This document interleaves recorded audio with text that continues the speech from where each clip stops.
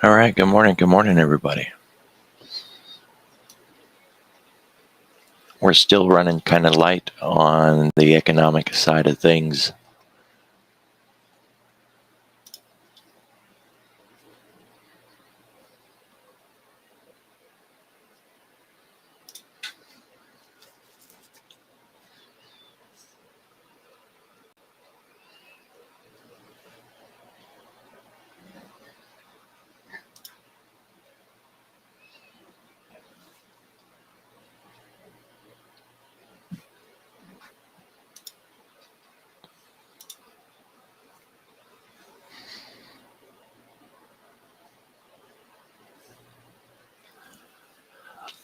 All right.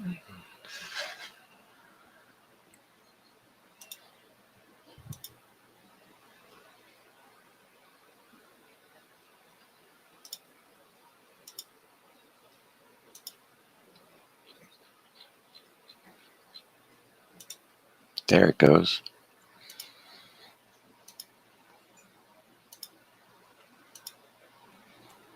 So what we have on the table today is the CPI for Canada.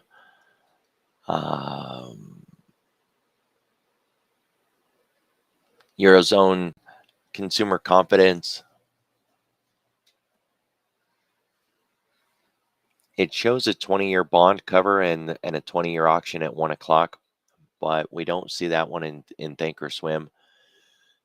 And this is why I point out often and frequently that when you're looking at economic events on the day, try to look in more than one spot. Don't assume that just one platform is going to give you all the information. Thinkorswim uses a connection to I've done forgot the name, Econoday. If you go to the Econoday website, you would see that's where Thinkorswim gets its information. And so, if you check FX Street and Finance Juice and Thinkorswim, you compare those three, you'll notice they each might offer a little something more. And, truth be told, they're still not covering everything. Um, for an example, there's a lot of economic event on the commodity side of things, and we never see those. And yet, there's times where commodities rock the market, and we're all sitting around saying, "Gosh, what just happened? The market made a crazy move," and it was a commodity report that none of us knew was coming because we just don't look at it.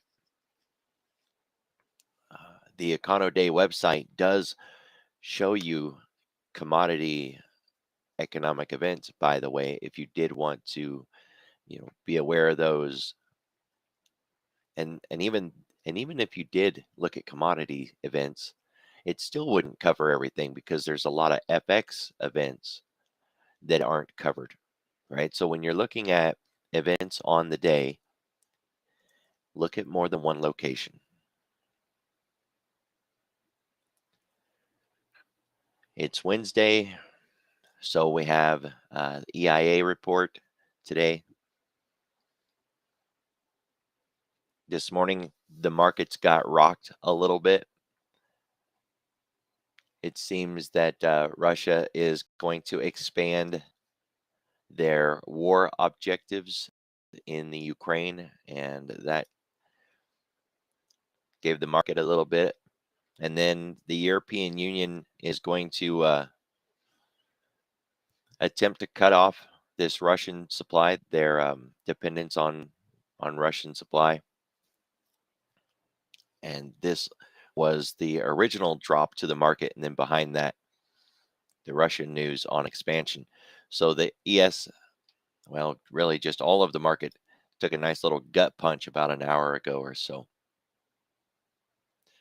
It does seem like the Italian Prime Minister Mario Draghi is going to be sticking around for at least a little bit longer.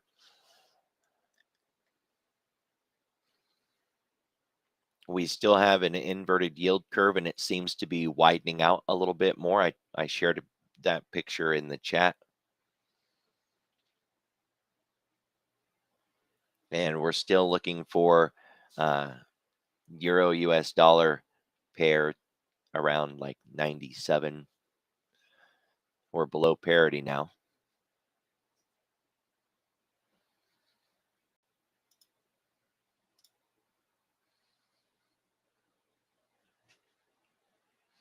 I was going through my list yesterday of my weighted names, and you can kind of see who's already reported and who is the strongest per relative strength within their respective sectors.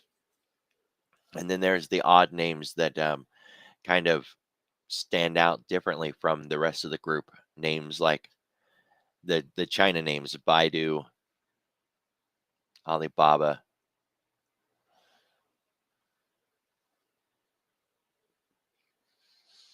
Netflix had a very, very low bar for earnings and managed to beat. Everybody was pleasantly surprised. I think there's more to it. Yesterday they were talking about Netflix perhaps getting revenue from more than just subscribers. Kind of the hint that maybe they're going to lean into advertising now. I don't know what that's going to look like. All right, so like we usually do, take a look at the Thinkorswim calendar, see the things that are on the table for today. 10:30, the EIA report.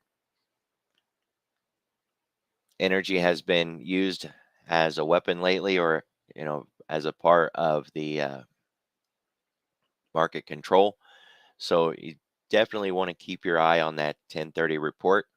What's the worst that can happen? You plan to see some volatility at 10:30 and no volatility happens. That's the worst. Okay, all right. So maybe you plan to see some fireworks and then there's no fireworks and you shrug and move on. Don't think that just because normally this EIA report doesn't cause volatility, that you won't ever get volatility, especially in the current market, in the current climate, in our current situation. Just keep your eye on that thing today. Watch the clock, 10:30. I made a video after the close yesterday about this market. Um, the video was inspired by a few people who told me they kept trying to short this thing yesterday, thinking that it had moved too far and it was finally going to start to go down, and they were trying to catch that falling knife, run this thing, and why that was a bad idea. Why I kept telling people all day yesterday, don't short this thing until we have a signal to short, and we never got a signal to short it. It doesn't mean you couldn't have taken some pullback plays, right? Contrarian trading at its finest. There was pullbacks in there, good ones too. Reasonable profit factors, low risk, great opportunities. But if you're one of those people that got ripped up yesterday because you kept trying to short this, thinking that we were going to roll over and go back to the open, maybe watch that video. I believe I put it in the after hours chat. It might be in the main chat in stocks and options.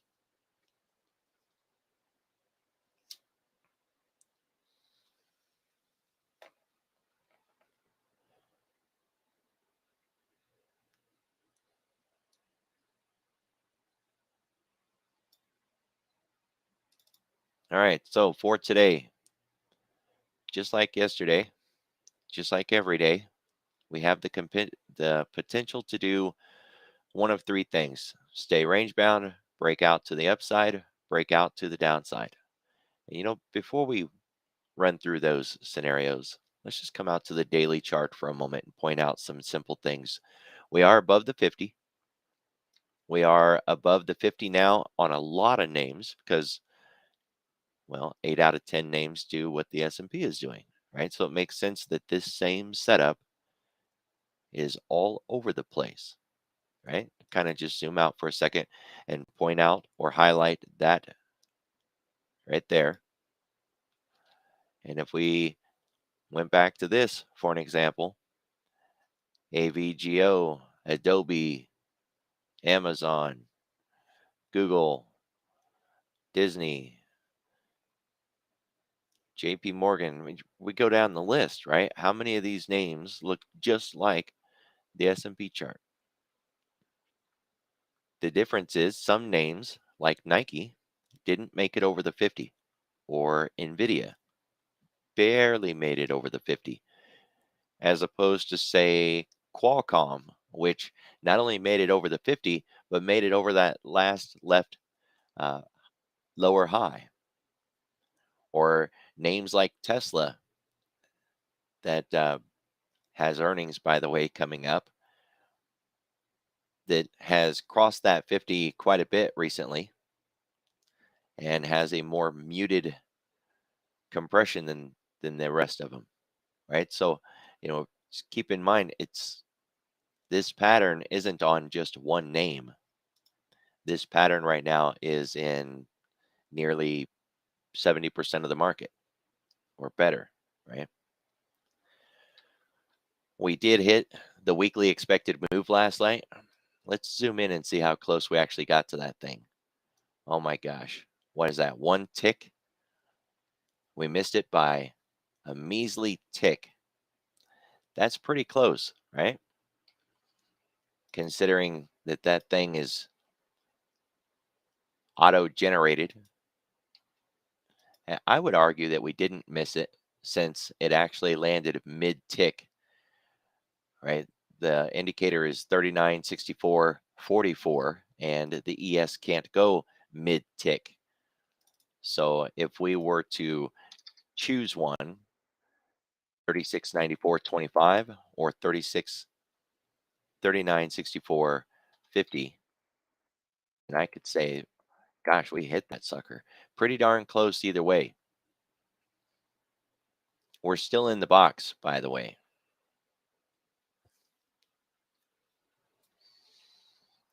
Have we yet moved too far, too fast? No.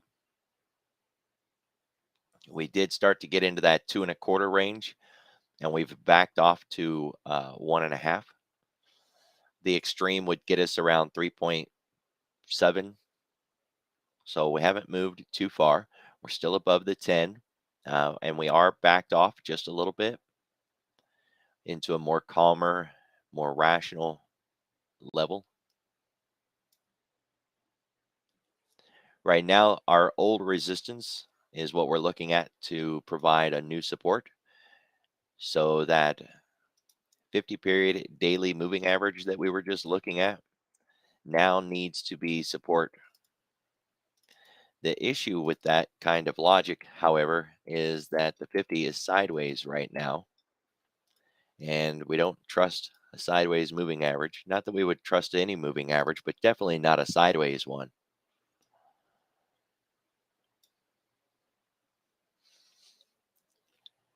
It's kind of like asking the fox to guard the hen house.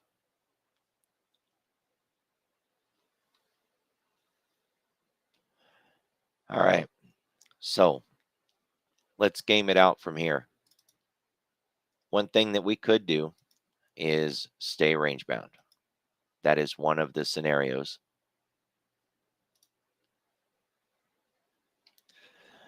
From the high of our Globex today to the low of the Globex yesterday, that is our range for today. And just like I said yesterday, it is our base case. It's our most likely outcome. Now, I said that yesterday, and we did break through the range, right? We broke through, and we managed to expand 3% overall yesterday.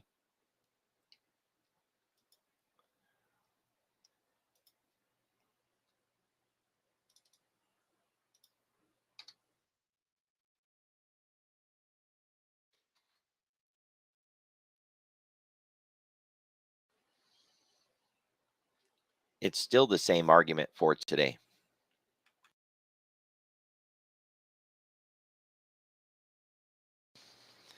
If we consider this the high of the week,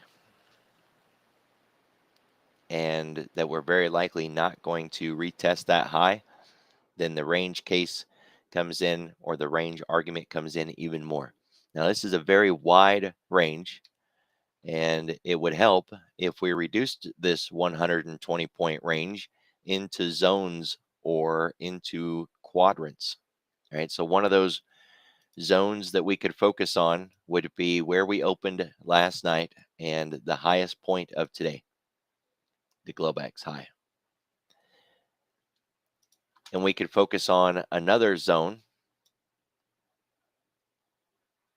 from the open of last night down to the cog line at 39.11.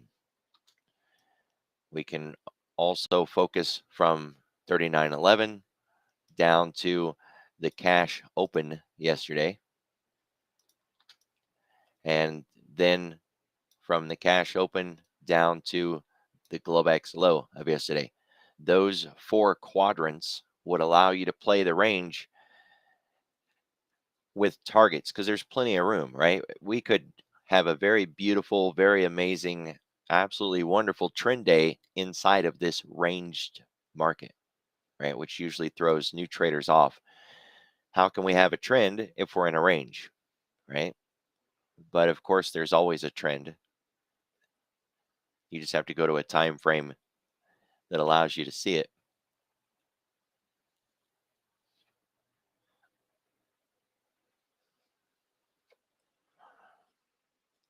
So if that's our base case, what's the next scenario? Well, we could break to the upside.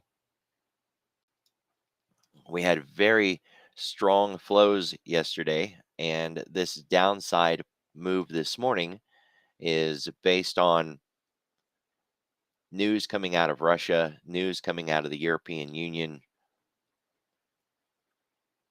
It shook confidence a little bit, but no policy was enacted, no data points were provided, just some theory about how the EU is very likely to have a difficult winter this year with they're talking about rationing energy and that entire discussion, right? But none of that was policy, and it was all, the entire discussion was based on analyst theory.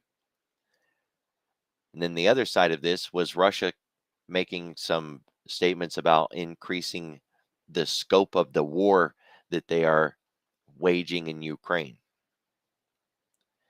Again, no policy, no data points, just Russia chipping its teeth. And, they're not actually known for telling the truth a lot. So this move down could easily flip over, and we could recapture those gains. And keep in mind, we're barely down at this point, right? We're down 0.25% this morning. So while it looks like a really big move, and we've moved 1% this morning, we were only up 0.75% before this news, right? So we could easily take that back. In a topside breakout, our targets would be 39.90, the cog line at 40.11,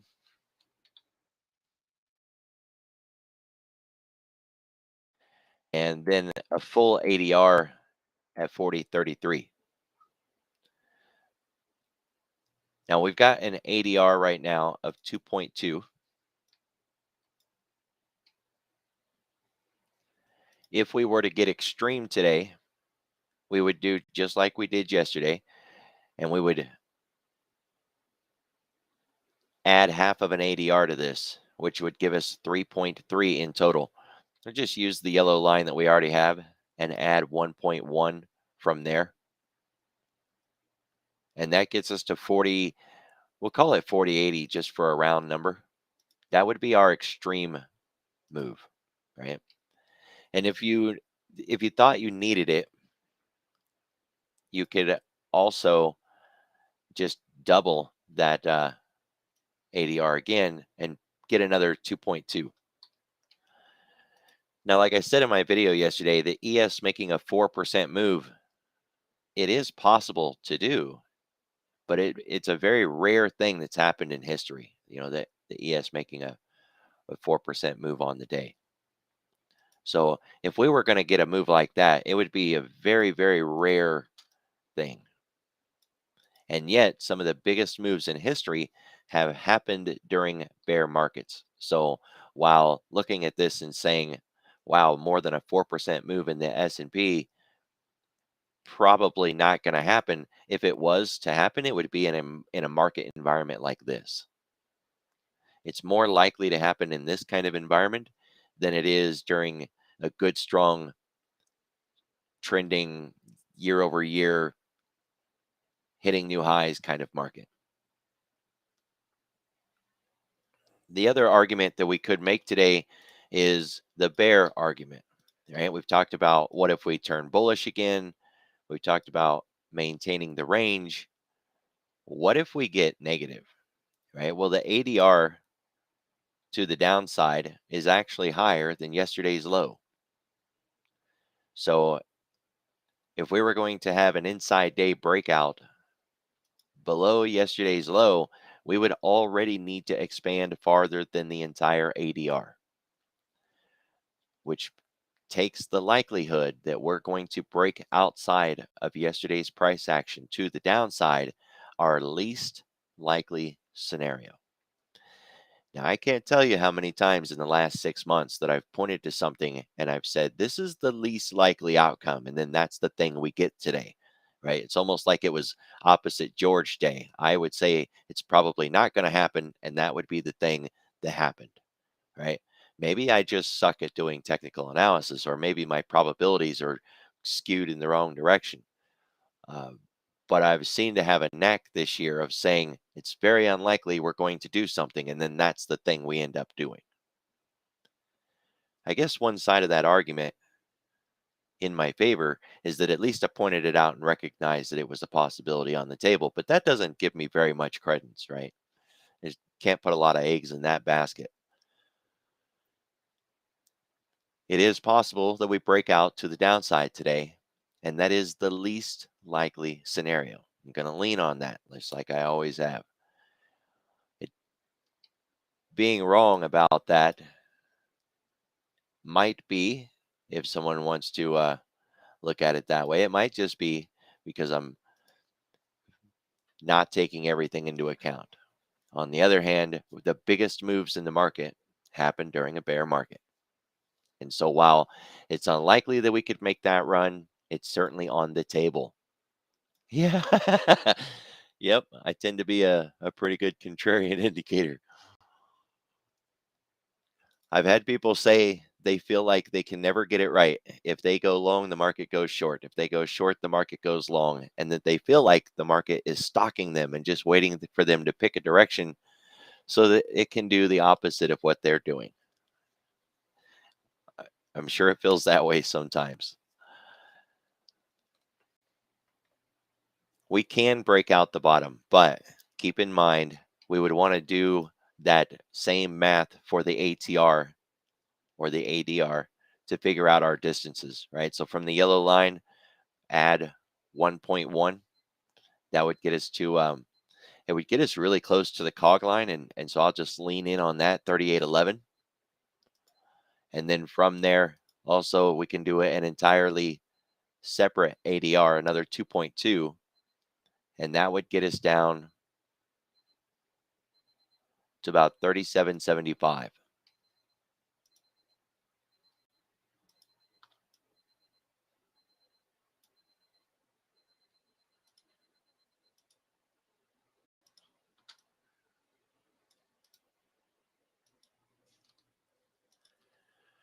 So those would be our arguments today for a downside move, an upside move, and a range bound market, which I'm still leaning for this to be a range bound market. That's my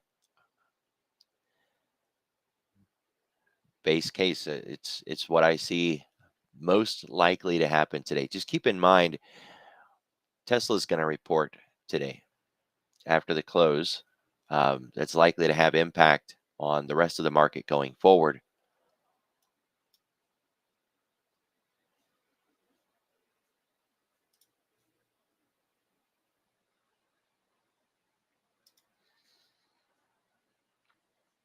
They say that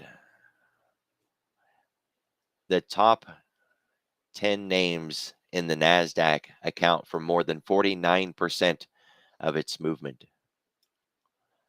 It's a significant number, right? And maybe I don't say it quite as good as what I have posted. But over the weekend, when Google still had not reflected its change in market cap because of the split, I was going through and running some work on the Nasdaq, the names that we look at by weight.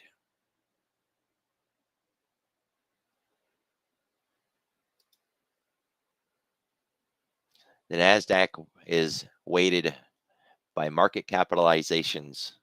When larger company stocks move, it has a greater effect on the performance of the index than when stocks of smaller companies move.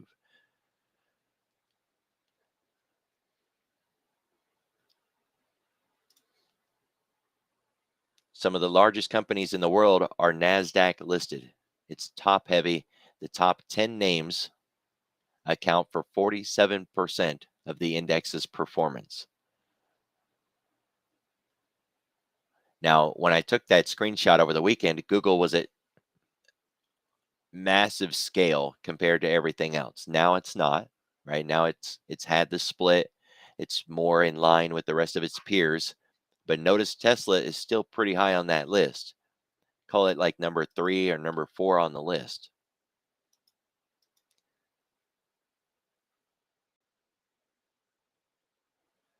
Apple, of course, leads the way, which is why every time Apple does something, the NASDAQ feels it, right? This is why we focus on those names in the little named, cute little name monsters of tech, right? These are monsters. These things move. It reverberates across the board. So Tesla absolutely has the strength to move this market.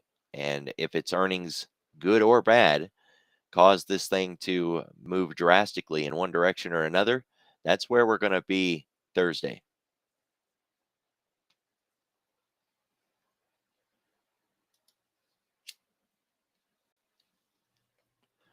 I've been mentioning it more and more lately. If you don't have Thinkorswim and you want to look at the monsters of tech, there is a symbol for that. It's not perfect, right? But it's kind of close. NY Fang. This is going to be very similar to our homemade Monsters of Tech symbol, right? Because if you don't have Thinkorswim, you're very likely not able to do that little homemade trick that we do where we mix all the symbols together into one single chart. So if you can't do that, just use the NY Fang. It's not as good, but dang, it's good enough, right? It works. It's fine. We were using it all day yesterday when I kept pointing out, don't short this market because it was running away to the upside and there was no short signals coming in. This was where I kept taking my pictures because I knew that more people had access to this than to the MOT indicator. So, just a nice little heads up, a little tip for those of you who don't have Thinkorswim or don't have the MOT indicator. NY Fang.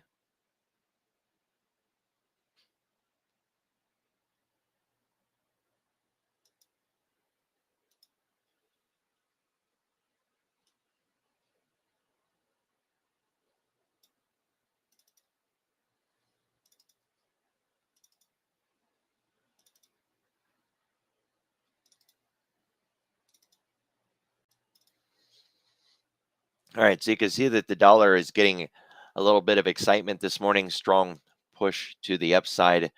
Bonds as well. We actually had an inside day breakout in the bonds, faded back into it at the moment, but we're finally back above that 4-period moving average. We tried to get across that thing yesterday a couple times, just couldn't make it. Tested it early this morning, couldn't make it. Finally got it with that expansion bar. Oil as well, back above the 4. It got through there yesterday, gave us a beautiful Busby off of it on the other side. Rallied into the close with an inside day breakout yesterday. Faded back. We're kind of holding the range. This is a part. These three are a part of how they're controlling the market, right? Another nice thing about the FANG, since we're pointing that out, is you don't have to try to second guess yourself about what names are on the list, right? And that's nice because it's like, well, should Nvidia still be on there, or should PayPal still be on there? What about Tesla? Or Twitter? It's at like 25. It's not a monster anymore. Or Netflix. Netflix is at like 40. It shouldn't be on there anymore. So if you're using a pre-made thing like NY at least you don't have to second guess yourself about what names should be on it or not, because they're going to rebalance it and take names off of it as needed, and then so yeah, pretty cool. And uh, for those of you not looking at the Zoom chat, GM is the one that mentioned that, and I 100% agree with him.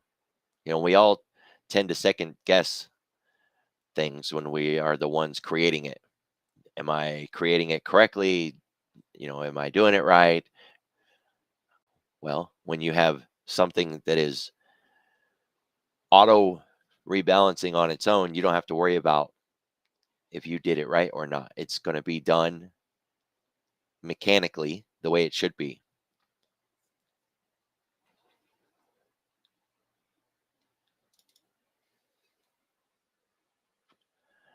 We've mentioned many times that the Fed doesn't want this market to rally back up yet, right? And some of the tools that they have at their disposal to put weight and put pressure on the market is the dollar, the bonds, and energy. And no, it's not like they're going to go out and trade these things, right? But it's statements that they can make. It's things that they can imply that cause these to be traded differently. Keep your eye on these markets, right? They are some of the best indicators that you can use on an intraday basis. I know for a lot of you, you're not looking at it as if it was an indicator, but approach it that way, right? Even if you have to turn the candles off, turn it into a line chart, make it look more like an indicator if that's what it's going to take to remind you or to convince you that, they really are valuable, useful indicators. And of course, I mean, yeah, you can trade most of these things too, but that's kind of the secondary point, especially when a lot of us are just trading the ES or the Nasdaq.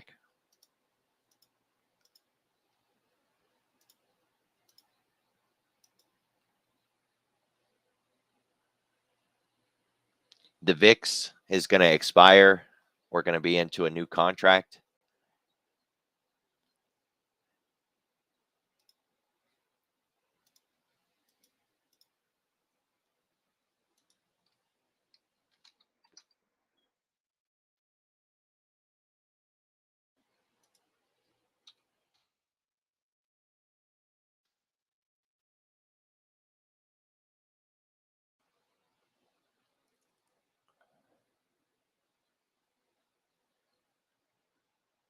We've still got a little bit of backwardation.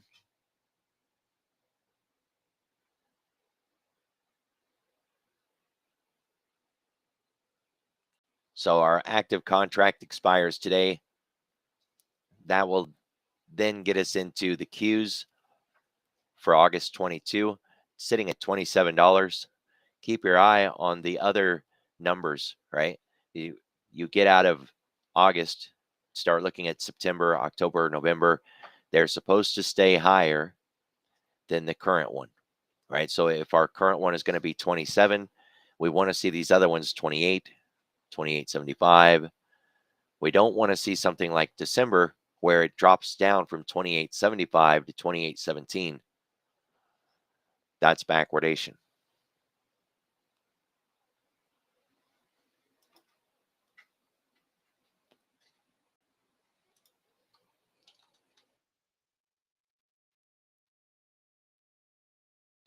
This curve should run gently from lower left to upper higher right.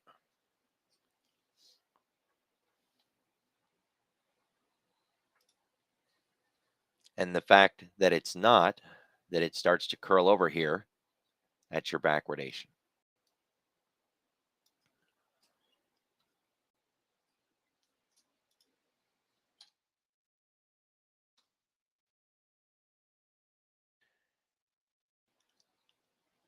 This is the ES with multiple contracts. We've got December and we got March showing here. Remember that the futures are a forward-looking index, right? They're looking ahead. They are the forward future of the S&P.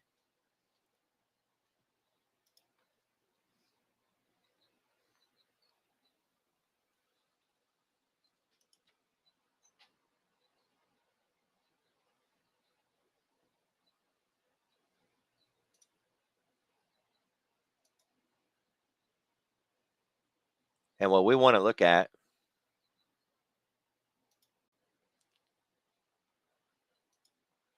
is yesterday.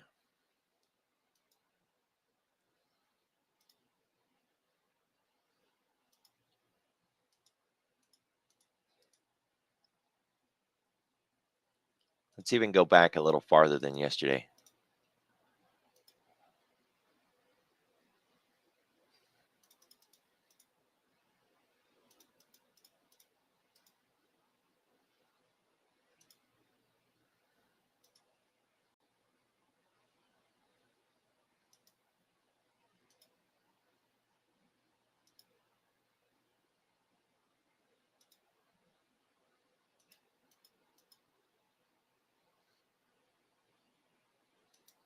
So in yellow, that's where it was on July 14.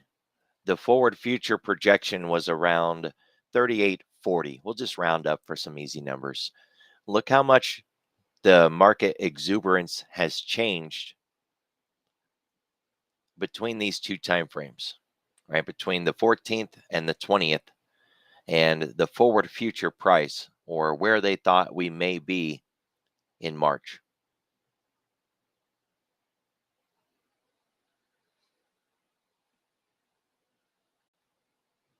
So we want to continue to see this bullish sentiment in the market, right? That move yesterday, it wasn't just from yesterday, right? Kind of just think about the kind of moves that we've been seeing in the last week or so.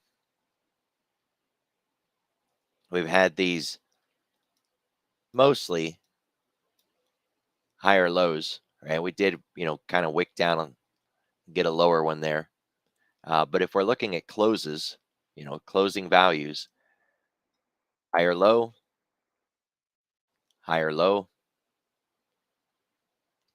And sure, it was a little muted there, but we are improving, right? We're coming up off of these lows. Now, a bear market is more than just what we've got in the candles, right? It's everything that caused this.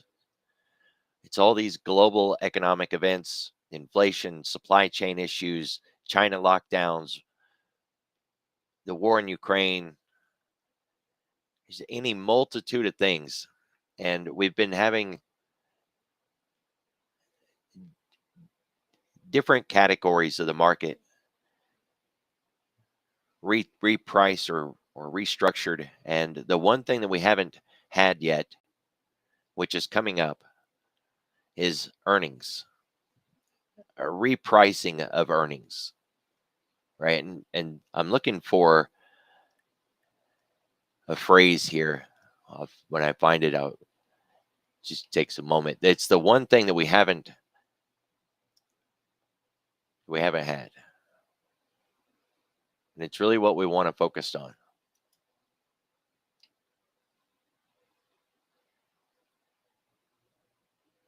Boom, boom, boom. Of course, every time I look for it.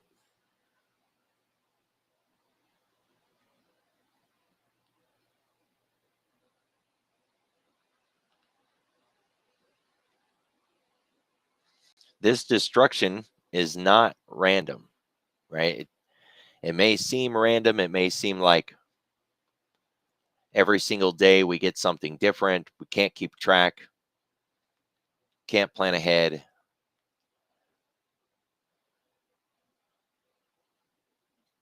But it's not random. They've been deliberately picking on each point one at a time and dealing with it. All right. So, like wage inflation.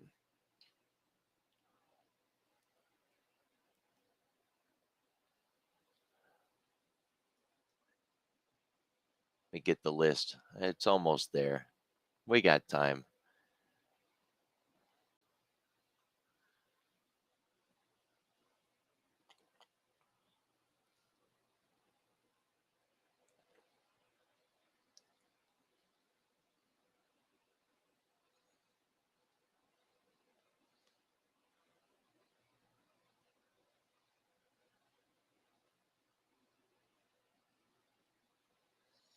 Boom, boom, boom. I swear I ought to just take a picture of the darn thing and keep it somewhere.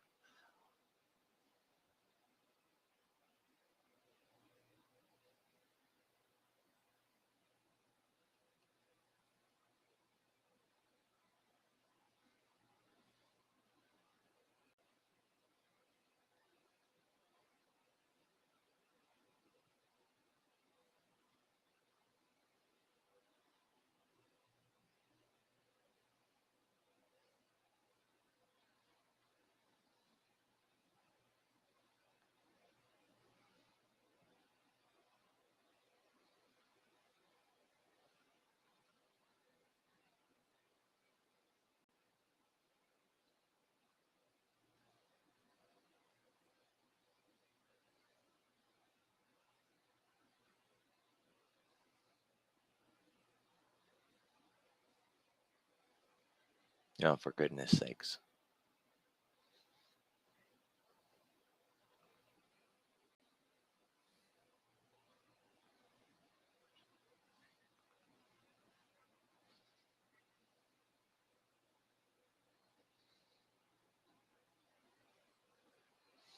I guess I'll have to find it and then cover it tomorrow.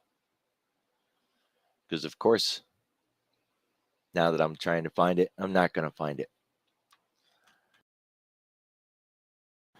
I'll end up stumbling on it later.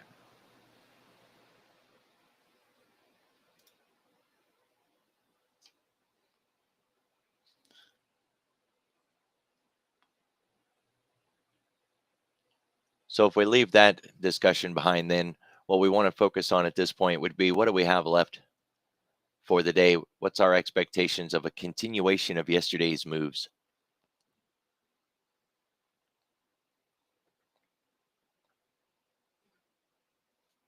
And how far do we think we're going to get with it when we bring in the idea that Tesla's got earnings today?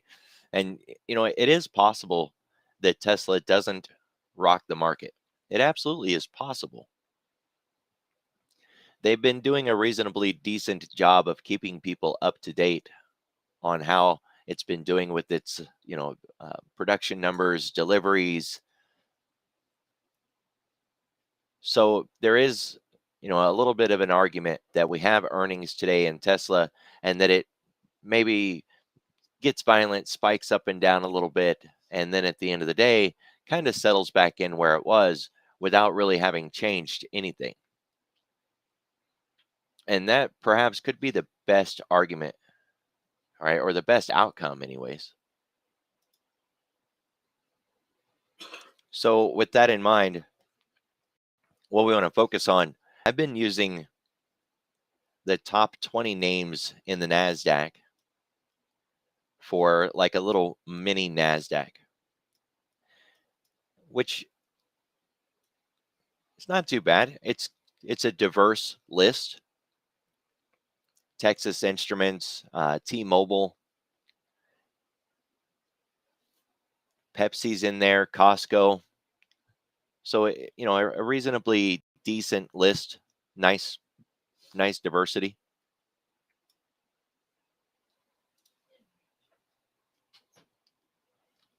We're primed up here in Apple. I put this alert out yesterday in the large caps. Now, my alert yesterday was really clear. Yesterday wasn't the day to take the trade. We don't want to diddle in the middle, right? But Apple can't stay here. It's the one promise that we have. It's either going to break the top of this thing or we're going to break to the downside here. And no promise on which direction it's going to go, just that it can't stay here. So I got the alert set on either side. You kind of want to game it out. Of course, Tesla is going to report today, but this thing is also moving around this morning. If we break to the upside, that does not necessarily mean it's a buy just because we get out of the top of this thing. For those of you who like confirmation, you would want it to get out of the top of this thing and then tomorrow open up and stay out of the top of this thing.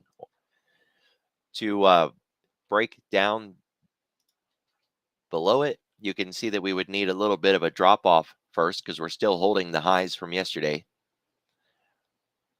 We would need to travel all the way back down and break out of the bottom, and then we would be out of the lower end of that wedge. We are still above the 50, so the argument is that even if we do break out of the bottom of the 50 or the bottom of the wedge, we still might have that 50 as support.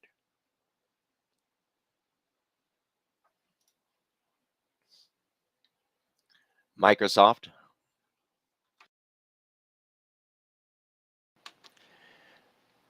Underneath the 50, it didn't make it through there yesterday. Strong argument for the idea that that this current bullish push is nearing its end. Remember, it's a bear market rally. Again, don't diddle in the middle. If we look at the top of 268 and the bottom, call it 248, then we're basically sitting just a little higher than the midpoint. But if you wanted an early trade, then it would be catching it when it breaks that trend line, which for today's argument would be if it can break above yesterday's high, right? It'd be a good way to do it. If it can break out of, 718, if it can break out of that high, that would be a 50 line cross and a breakout above this red bar, which right now we have an IX10, we have a TRB, and if we broke through the top, we would have an inside day breakout. That's 3 different strategies all pooled together, and the target would be to the top of the red box, 266.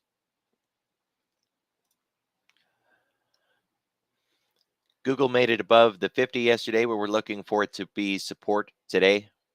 We still have significant resistance at the 120 level, so even if we do continue to rally, that's going to be our ceiling that we focus on. At the moment, we're off of those highs, so we would start the morning with the idea that if we're going to be bullish today, first thing we would want to do is see Google get outside of yesterday's price action. These are nice benchmarks for a day trader, right? Because if we're already off of those highs and we want to avoid getting faked out, all we have to do is wait for the inside day breakout. Where I see a lot of traders get chewed up is we come into the open, we're off of the high a little bit, the market starts to run bullish, they buy calls right at the open, we hit the resistance, yesterday's high or Globex high, and then that's it. The market dumps, and they're eating it in those calls. All you got to do, let it break outside of yesterday's price. It's not like you're missing all of the move, right? That's nothing for Google. 1.35% that's nothing. Let it get on the other side of that. Let it actually perform the inside day breakout and then take the trade. Now, I'm not saying that you won't lose if you wait, because of course we can have an inside day breakout and then fail right back inside of it. But you will cut down on how often you fail, right? Because we're just talking about waiting for the market to break above that previous day's high and actually give you a market that's going somewhere. This would be a great example of an inside day breakout, right? It opened inside of the previous day's range, broke outside of it, and expanded really nice beyond it. Plenty of room. No reason to jump the gun. Amazon. It's above the 50. Had an inside day breakout. We continue to get those higher highs, or excuse me, higher lows. We broke the wedge and the range that we had been dealing with. Of course, now the question is, are we going to be able to keep it? But even if we were to pull back, and I would argue that we need to, right? We need to have a little bit of a pullback. We don't want to see parabolic markets. They're just not healthy. Even if we were to pull back, the benchmark would be that we find support at the 50, that it does not break that orange line. And to be even, even better or show more health, it would hold above the 117. We really wouldn't want to see it get below that 117 level.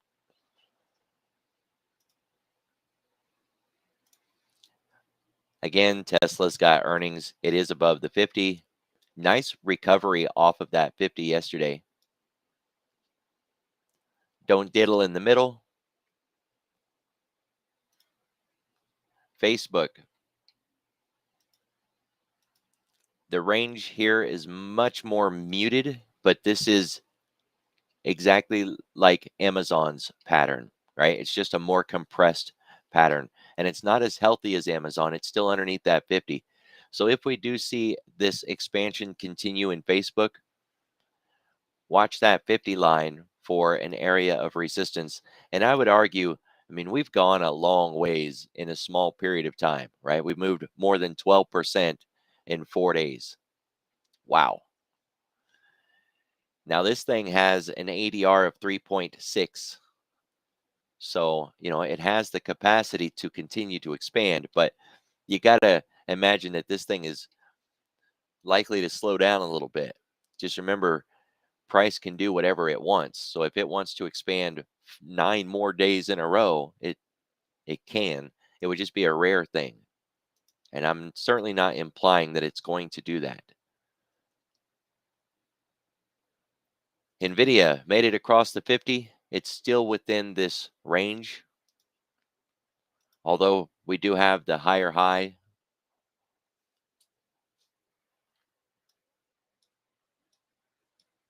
And we do have the higher low. We need a full set before we consider this to be completely flipped. So we would want 2 higher highs and 2 higher lows before we can call this a trend change. And just remember, the big picture is downtrend, right? We're still in a bear market. We're still in a negative market.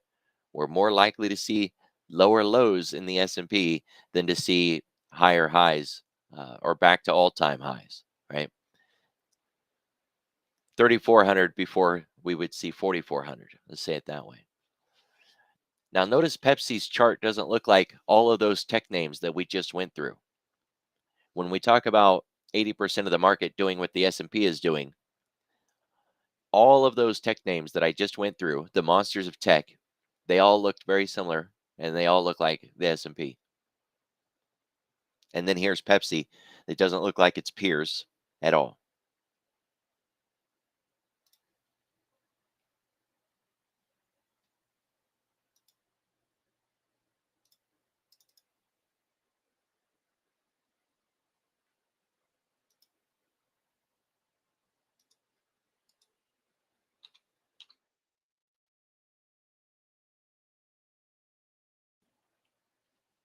Pepsi is back above its year-to-date VWAP, but it's crisscrossed through that benchmark a few times now, and that doesn't have any weight left to it. Same thing with Costco. It doesn't look like the peers that we've been talking about with all those tech names. We've got a nice recovery, multiple higher highs and higher lows. So we've got our full set. Right now with Costco, we've got an IX10 pattern, but there's a lot of concern because of these big wicks, right? A lot of indecision. So for Costco, if we're looking for a play here, the benchmark at the very least would be a breakout of yesterday, but this would be an R2G setup, right? Yesterday was red. Today we would expect it to be green for an R2G. I want to see it open at least as high as the previous day's open and then rally out above the previous day's high. I like that kind of play better than having the entire thing open way up here.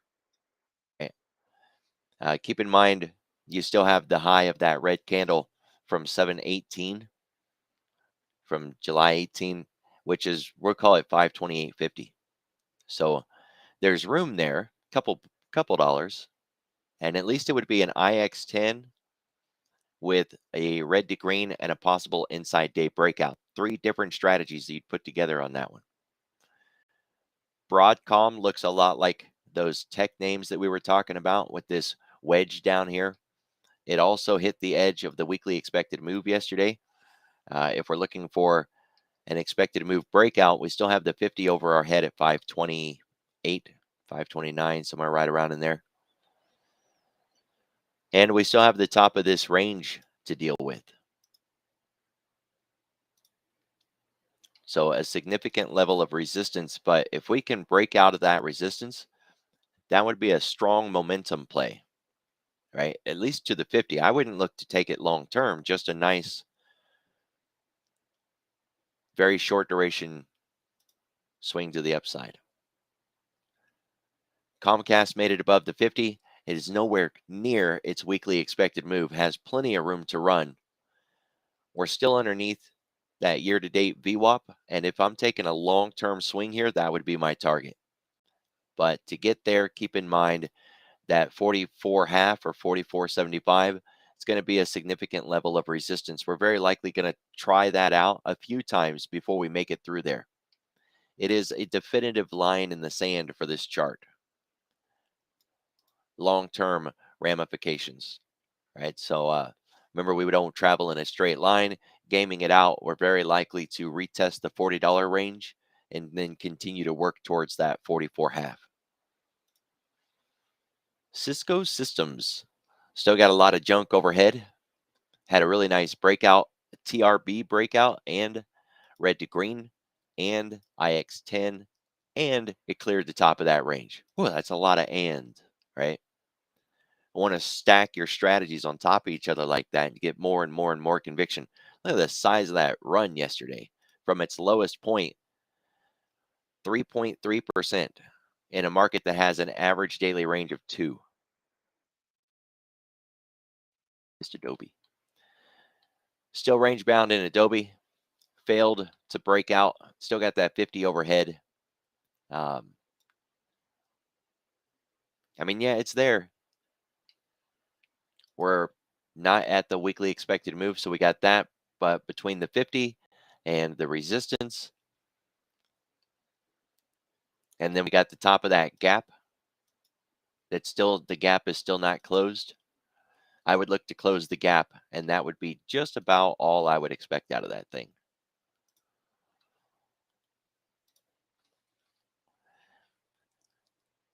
T-Mobile has been maintaining above that year-to-date VWAP all year.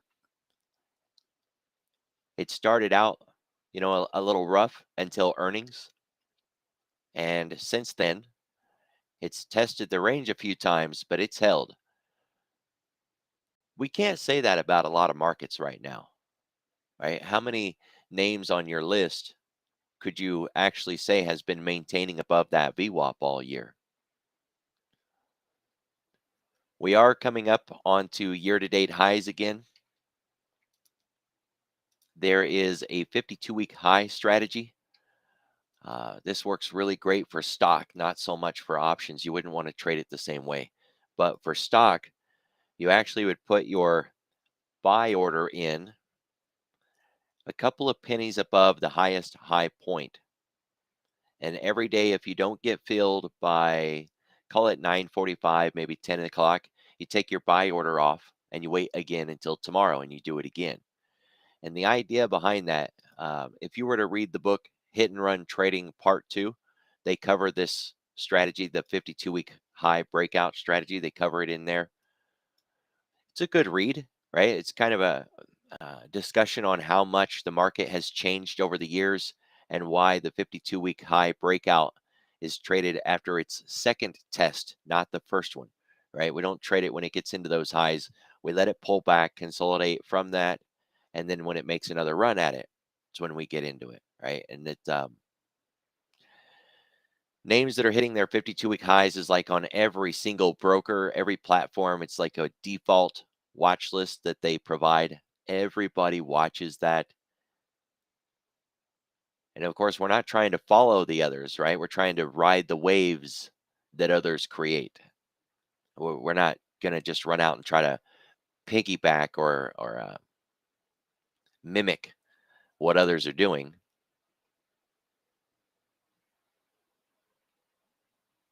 I'm sure I got it in there.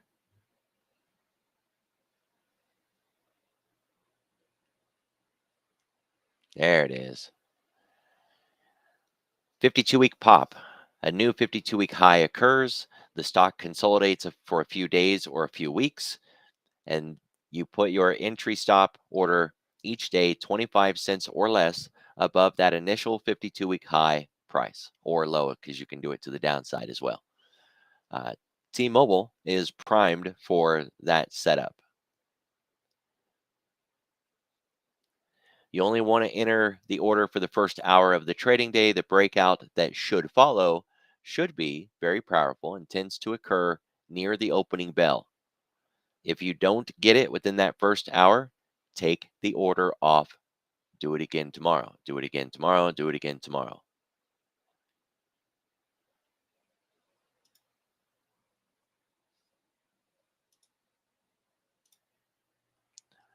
All right, Qualcomm. Looks like it's going to test that VWAP for the first time, at least the first time since this earnings way back here.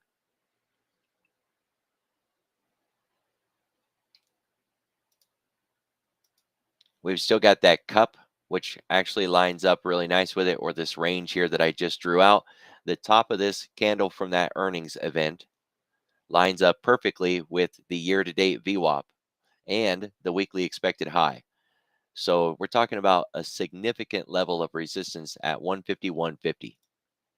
That's still a few dollars away. So, you still got that push. And you could consider those to be like a little bit of gravity. We're very likely going to get pulled in that direction.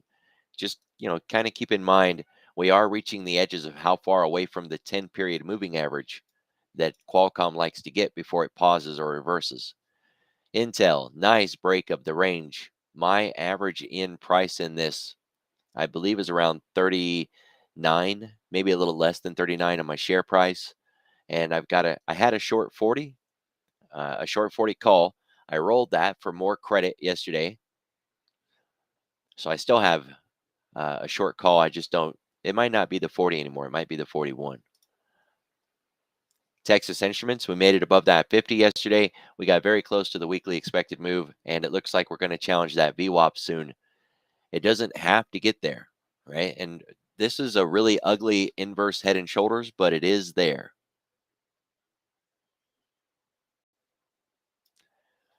And if we were to measure that head and shoulders using like the neckline break,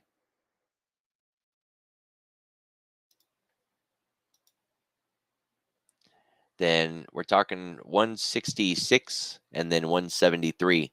173, of course, would be above that year-to-date VWAP. Canadian PPI came out. Ooh, ouch.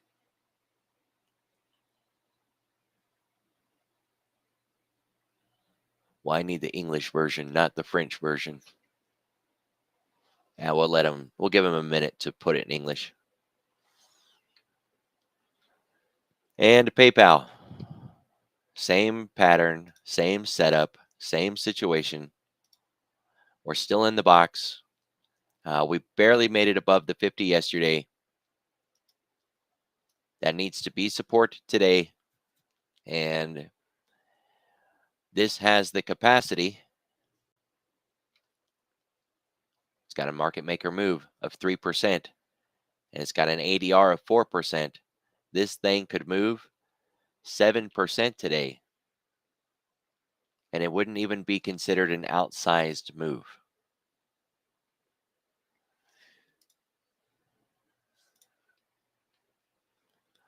Netflix also,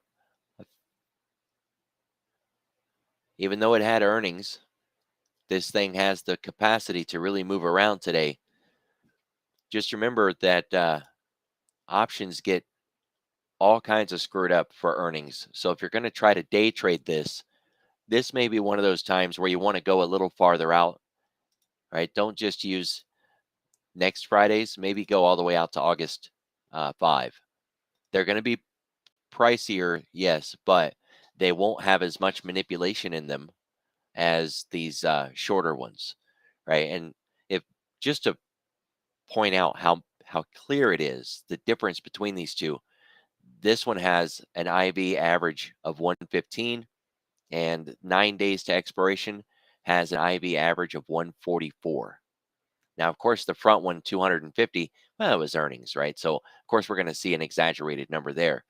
But yeah, between 144 and 115, that's a significant change, right? So, if you're trying to day trade, those 9 days are going to be heavily manipulated. Just step out a little bit more, day trade these. And if they're too pricey for you, use a spread. You're going to want a spread right now, anyways, because of the volatility crush. So at the very least, protect yourself from that crush with the spread. And if you're buying to open these trades, which would be the preferred way to go in a situation like this, if you buy them in the money, you're basically trading a synthetic stock, right? So they're not going to be as affected by the Greeks, and they're going to move very, very similar to the way a share of stock would move, right? So again, more pricey, it's going to cost you more, or it's going to take up more buying power. Let's say it that way. It'll take up more buying power, but you'll get a better trade. So, yeah. Hi, everybody. It is my day to stream. I will be in the large caps, or what's it called again now? The stock options chat room in about 30 minutes ish. So I'll see y'all there.